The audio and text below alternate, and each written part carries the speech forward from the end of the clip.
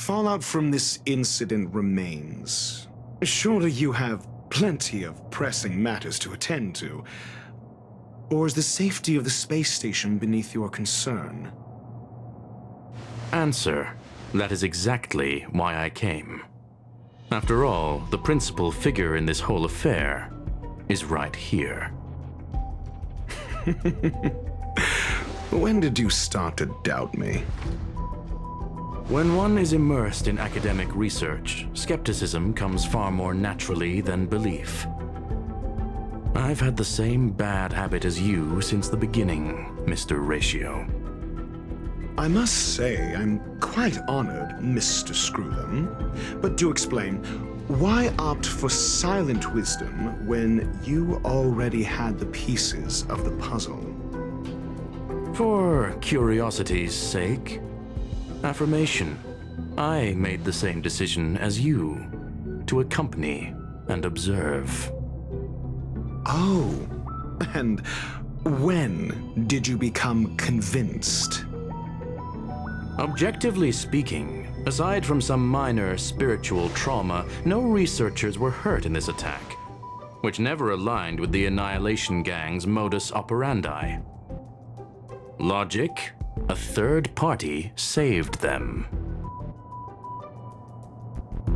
Had I not fortuitously acquired a spark of the phase flame and intervened in Duke Inferno's teleportation, those people would already be space waste, floating past the windows here.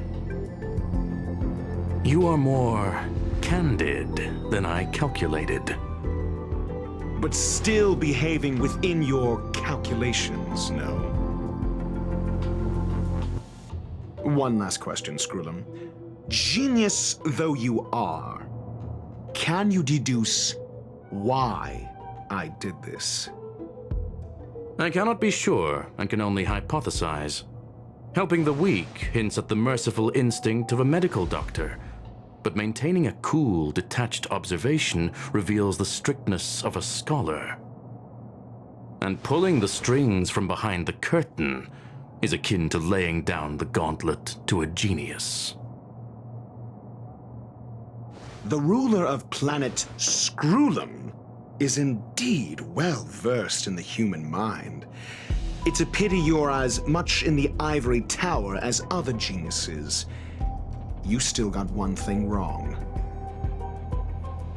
To stand aside and observe is the best treatment one can give. There is a disease called foolishness that is harder to cure than any ailment. The path of erudition has neither reason nor logic.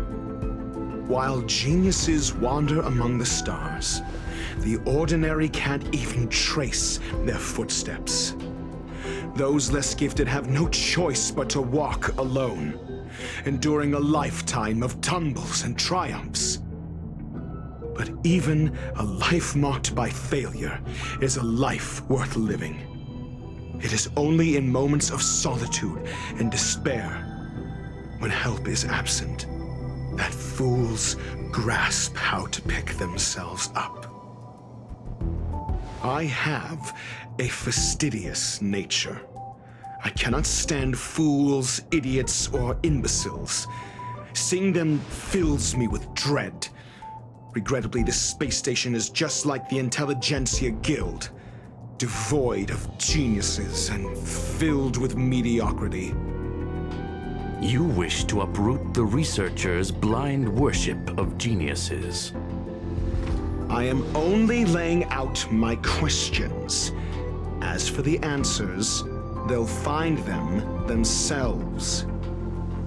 Pursuit tinged with negativity is still pursuit, and it is capable of leading us to the right conclusion. For the masses of the mediocre to reach a level of awareness, this is a necessary rite of passage. You are indeed more like a medical doctor than a scholar.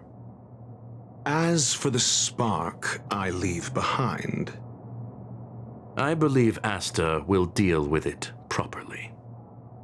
it is also a lesson I left for her. With that, I take my leave. I look forward to future encounters with such brilliant minds. Let's hope they're as memorable as those we had today.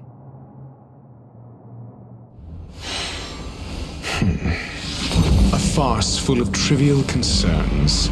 Ultimately, they're just mediocre minds.